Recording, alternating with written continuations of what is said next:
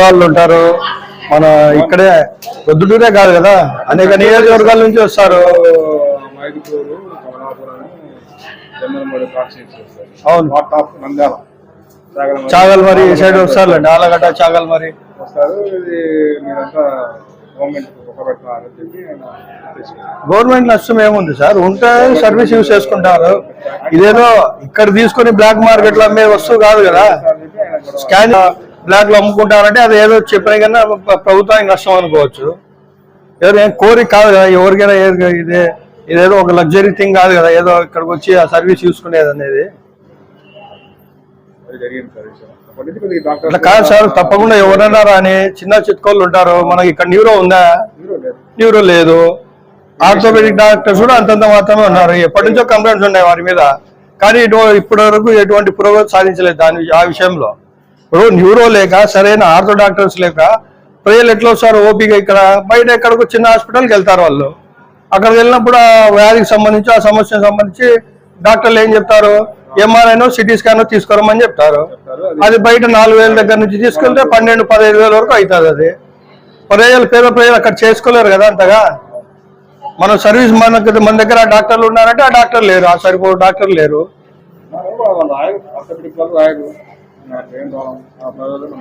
ఇప్పుడు orthopaedic doctor రాయకుంటే ఎట్లా సార్? ఇప్పుడు ప్రజలకు ఎట్లా? ఎంతో మంది ఇప్పుడు గత వారంలోనే ప్రతిరోజు 20-30 మంది రిటర్న్ వెళ్తానే ఉన్నారు ఇక్కడ నుంచి. అట్లా కాదు కదా సార్, ఎంతమంది చూస్తారు సార్ ఇక్కడ? సిటీ స్కాన్ అయితే 40-45 ఎంఆర్ఐలో 20-25. ఇప్పుడు సార్ 4-5 ఎంఆర్ఐలు 4-5 ఏంటి సార్? ఇది మిగతా వచ్చిన వాళ్ళంతా రిటర్న్ వెళ్ళట్లేదు. అయితే కాదు సార్, చెప్పండి ఎవరితో మాట్లాడాలి? కలెక్టర్ గారినైనా కలుస్తాం, కమిషనర్ తో కూడా మాట్లాడతాం, డిఎంహెచ్ఓ వారితో అవసరం అయితే కలెక్టర్ గారిని అయితే మాట్లాడతాం. డిఎంహెచ్ఓ సంబంధం లేదు. మనకు వచ్చి ఆయన వచ్చింది joint commissioner, joint commissioner writer of secondary health నుంచి వచ్చారు Ramesh Kishore, doctor Ramesh Kishore. Only purpose రావడం కూడా సిటీఎంఆర్ఐ మీద రావడం. ఆయన సిటీఎంఆర్ఐకి ఇస్తారని కంప్లైంట్ వేశారంట. ఎన్నో సమస్యలు ఉన్నాయి, ఆ సమస్యలు పట్టించుకోకుండా. అంతేగాని అదే సార్ మెయిన్ ఎమర్జెన్సీ పర్పస్ మీద రాస్తున్నారు అట్లా అందరూ. అది ఎంఆర్ఐ మీద మాకు ఆల్రెడీ 3 ఎంక్వైరీలు వచ్చిపోయినాయి, మీకు తెలియదు. 3 ఎంక్వైరీలు వచ్చిపోయినాయి సార్. మా 2 సంవత్సరాల నుంచి కంప్లైంట్ పెడతా ఉంటారు. ఎవరు పెడతారో మనకు తెలియదు. కంప్లైంట్ పెడతా ఉంటారు. ఏమంటే వీళ్ళు రాస్తున్నారు, ఆ సార్ అయినారు, డబ్బులు తీసుకుంటారు. ఇదే పంచాయతీ. అది ఎమ్మెల్యే గారు, మాజీ ఎమ్మెల్యే గారు, మైదుకూరు ఎమ్మెల్యే గారు నేను ఎన్నిసార్లు చేయలేదు సార్?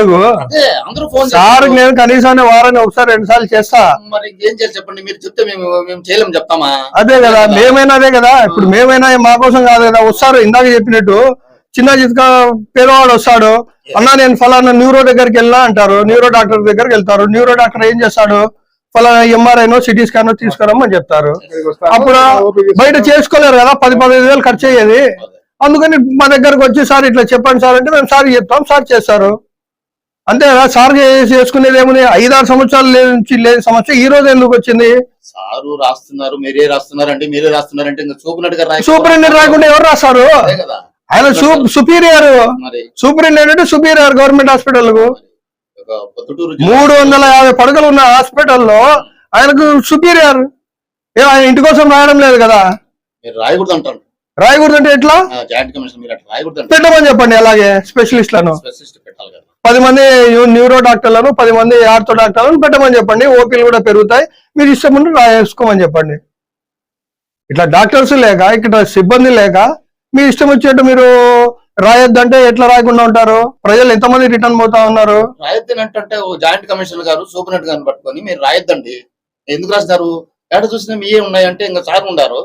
ఇప్పుడు తాలూకాలో ఇప్పుడు సంబంధించిన డాక్టర్ లేనప్పుడు ఆయన తీసుకుంటారు ఛార్జ్. మీకు డాక్టర్లు ఉంటే డాక్టర్లే రాస్తారు కదా. ఆ స్పెషలిస్ట్ డాక్టర్లు ఉంటే స్పెషలిస్ట్ డాక్టర్ దగ్గర ఓపీ తీసుకొని రాయించుకుంటారు. ఆయన లేకుంటే ఏం చేస్తారు? ఆయన ఆర్థోపెడిక్ కనీసం టచ్ కూడా చేయాలంట పేషెంట్లకు. మనుషులు వాళ్ళే చూడాలంటారు. దానికి ఎవరేం చెప్తారు? అంత దూరం కూర్చోబెట్టంట. ఎవడన్నా ప్రపంచంలో ఆర్థోపెడిక్ డాక్టర్ అంత దూరం చూస్తాడా? బోన్ అన్నాక హోల్డ్ చేసి ఏమైంది, ఎక్కడ పాయింట్ అని చెప్పి చూస్తారు. టచ్ పాయింట్స్ ఆర్థో అనేవారు. సార్ ఏది ఏమైనా మీరు యథావిధిగా జరపాలి సార్. ఇది పబ్లిక్ తరఫున మేము డిమాండ్ చేస్తున్నాము, ప్రజల కోసం చేస్తున్నాం. ఇది మీరు చేసేది కాదు, మేము చేసేది కాదు, ప్రజల కోసం చేస్తున్నారు. అది మీరు నిస్వార్థంగా మీరు చేస్తున్నారు, దాంట్లో డౌట్ లేదు. ఏది ఏమైనా మేము పై అధికారులకు కూడా కలెక్టర్ గారి దృష్టికైనా తీసుకెళ్లి ఈ సమస్యను మేము వారి దృష్టికి తీసుకెళ్లి పరిష్కరిస్తాం. మీరైతే మీ వంతు ప్రయత్నంగా మీరు కొనసాగించాలి సార్. ఏ పేషెంట్ అయినా రిటర్న్ వెళ్ళకూడదు, అది మా డిమాండ్. ఈ ప్రాబ్లం అయితే director of secondary health director గారికి వెళ్ళాలా? అది ఆమెకి ఆడికి వెళ్తే గానీ మా వాళ్ళ గైడ్లైన్స్ ఉంటే గానీ మా డాక్టర్ గారు రాయదు సార్. అది ప్రాబ్లం అవుతుంది సార్. సోమనాథ్ గారు కూడా రాసేదానికి లేదు. అది సార్ మెయిన్ ప్రాబ్లం నాకు డైరెక్టర్ గానీ సెకండరీ హెల్త్ నుంచి కానీ లేకపోతే జాయింట్ కమిషన్ ఎక్కడ సార్ ఆయన Tadepalli head office Tadepalli director of secondary health Siri doctor Siri IAS joint commission Ramesh మన వచ్చిన రమేష్ కిషన్ జాయింట్ కమిషన్ వాళ్ళ సైడ్ నుంచి మనకి ఏమన్నా గైడ్లైన్స్ వస్తే గానీ పూర్తి స్థాయిలో డాక్టర్స్ కూడా అంత ప్రజలకు వాళ్ళు కూడా న్యాయం చేయలేరు. భయపడుతున్నారు. ఇప్పుడు ఇట్లే ఈడే అందరూ వచ్చినారు, ఇట్లా వచ్చినారు, అందరూ వచ్చారు బంబాడు అన్నమాట. ఆయన మాట్లాడే మాటలు అయితే పైకి చెప్పుకోలేనిటి. డాక్టర్లు అంతా సైలెంట్ అయిపోయినారు, అదేం మాట్లాడుకోలేదు. ఆయన కూడా డాక్టర్ గారు ఈ స్థాయి నుంచి పోయినారు. ఆయన అంతే కదా, ఎవరైనా ఆ స్థాయి నుంచి వెళ్ళాలే కదా. గుర్తుపట్టకుండా చాలా బాధాకరమైన మాటలు మాట్లాడారు సూపరెంట్ గారు. నా దృష్టికి వచ్చినాయి సార్, అందుకనే మేము ఖచ్చితంగా కలవాలా, ఈ సమస్యను పరిష్కరించాలని చెప్పేసి మేము వచ్చింది కూడా. 1-2 days లో మేము ఎవరిని కలవాలో వాళ్ళని కలుస్తాం, వాళ్ళకి లెటర్లు కూడా రాసాం, కలుస్తాం సార్. మీ పని మీరైతే మీ పని మీరు చేయండి. ఫస్ట్ ఆఫ్ ఆల్ మీరు కలెక్టర్ గారికి వినియోగించండి, తద్వారా director of secondary health. Doctor గారు మేము చేసేది మేము చేస్తాం సార్. అప్పటి వరకు ఏ పేషెంట్ సఫర్ అవ్వకూడదు, అది మా డిమాండ్.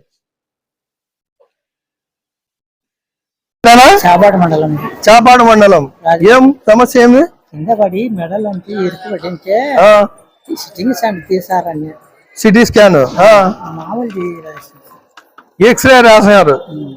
సిట్టింగ్ వీటి నుంచి చూడండి, నరాలని పిక్కపోయినాయి సార్. ఇదే లైవ్ ఎగ్జాంపుల్, ప్రత్యక్ష ఉదాహరణ. ఇక్కడే ఇప్పుడు ఏదో మేము ఇక్కడ వచ్చి మాట్లాడినాం. ఇక్కడ ఒక పేషెంట్ ఉన్నారు, ఈయన చాపాడు మండలం మీద వచ్చాడు, కింద పడి ఆయనకు సమస్య ఉందంట. సిట్టింగ్ సెంటర్ తీసారంటే అది ఏదో స్కాన్ చేయండి, సిటీ స్కాన్ చేయండి అంటే వాళ్ళకి ఏదో సిటీ స్కాన్ చేయమని చెప్పి ఏదో రాశారట, ఎక్స్రే రాశారట, ఇది చేయమంటారు. ఈయన పరిస్థితి ఏంది? ఇలాగ ఎంతమంది రోజు వచ్చి రిటర్న్ వెళ్ళిపోతారు చూడండి, మీరే గమనించండి. సూపరింటెండెంట్ కానీ అలాగే వీరి పై అధికారులు జాయింట్ కమిషనర్ కానీ ఎవరైనా వాళ్ళు ఆలోచించండి. ప్రజల సొమ్మును ప్రజలు వాడుకుంటా ఉంటే ప్రభుత్వానికి వచ్చే నష్టం ఏందా చెప్పండి, మీరు సమాధానం చెప్పండి. పేద ప్రజలకే కదా ఈ హాస్పిటల్ ఉండేది. ఆయన నడవలేని పరిస్థితిలో ఉన్నాడు, గంటల తరబడి ఇక్కడ ఉన్నాడు. ఎప్పుడు ఆయనకు సమస్య తీరుతుంది, ఎప్పుడు ఆయన సిటీ స్కాన్ తీసారో చెప్పాలా?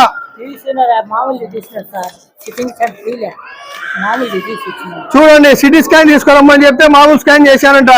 ఎందుకు? ఏం సిటీ స్కాన్ అరిగిపోతారా, ఏమన్నా తరిగిపోతారా? ప్రజలు వాడేది ప్రజలకు వాడకుండా ఏం చేస్తారు మీరు?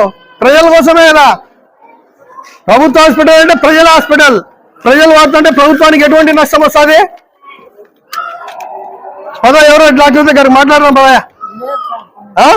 నిన్న తీసినాడే నిన్న